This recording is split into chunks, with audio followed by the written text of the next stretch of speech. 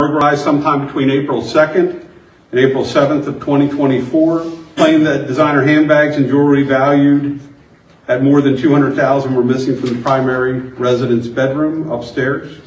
Responding patrol deputies handled the burglary according to policy and made contact with investigators with my major crimes unit to assist because of the dollar amount that was stolen.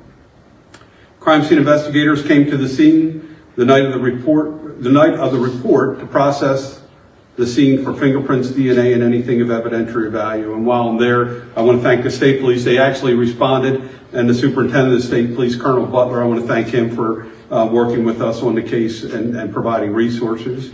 It should be noted that the residence does have interior and exterior surveillance cameras. None of the cameras picked up any motion or indicated a breach inside of the house. Cameras also did not pick up any suspicious activity outside of the residence during the time the OSEFOs were away from the residence. Detectives also checked surveillance cameras from neighbors. No evidence of a break-in or suspicious activity was noted at the OSEFO's residence. Patrol deputies and detectives found no signs of forced entry or physical evidence of a burglary, such as footprints, fingerprints, or any entry point.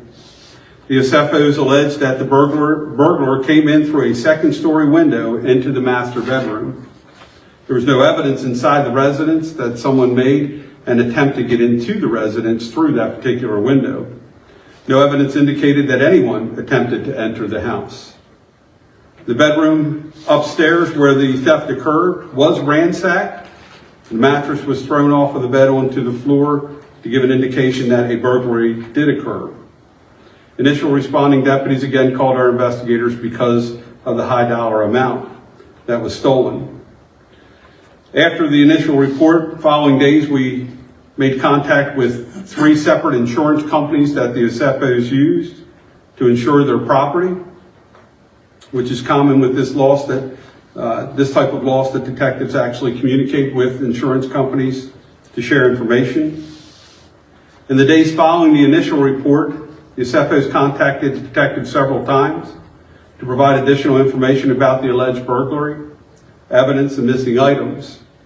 They also reported the loss to their insurance company.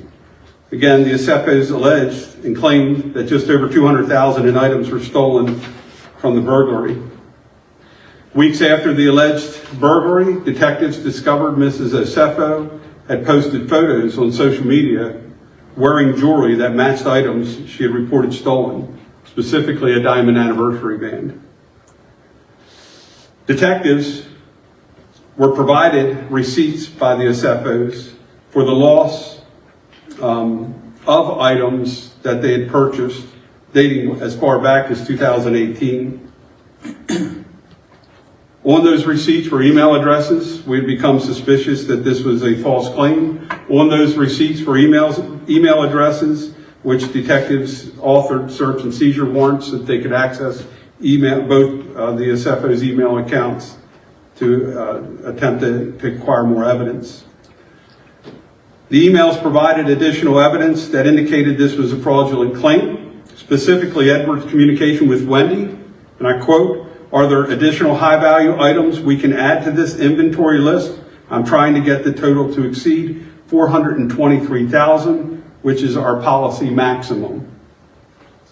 Over the next several months, detectives worked diligently to verify the information provided and to locate the reported stolen property. It was later confirmed that Mrs. OSEFO had returned several of those same items valued at over $20,000 to the place that she originally purchased prior to the alleged burglary. We can see as far back as 2018 and several items that had been purchased in 18 and receipts supplied to the insurance company, only those items had been returned to the purchaser or to the store that she purchased them from during the window in 2018 of the return policy. Meaning if it was a 90-day return policy back in 2018, she actually returned those items within that 90-day period. Those receipts were supplied to us, and those receipts were supplied to her insurance company and were alleged by the OSEFOs to be stolen in the original burglary. Based on the thorough investigation conducted by detectives in my office in coordination with the Carroll County State's Attorney's Office, it became clear that the OSEFOs had fabricated the burglary and filed a false report and attempted to fraud their insurance company. On October 29th, 2025, the case was presented to a Carroll County grand jury, which returned indictments against both Edward and Wendy OSEFO on multiple counts of fraud and false reporting. Both individuals were located and taken into custody at their Turnberry Court address on the afternoon of October 9th, yesterday, by the Carroll County Sheriff's Office detectives.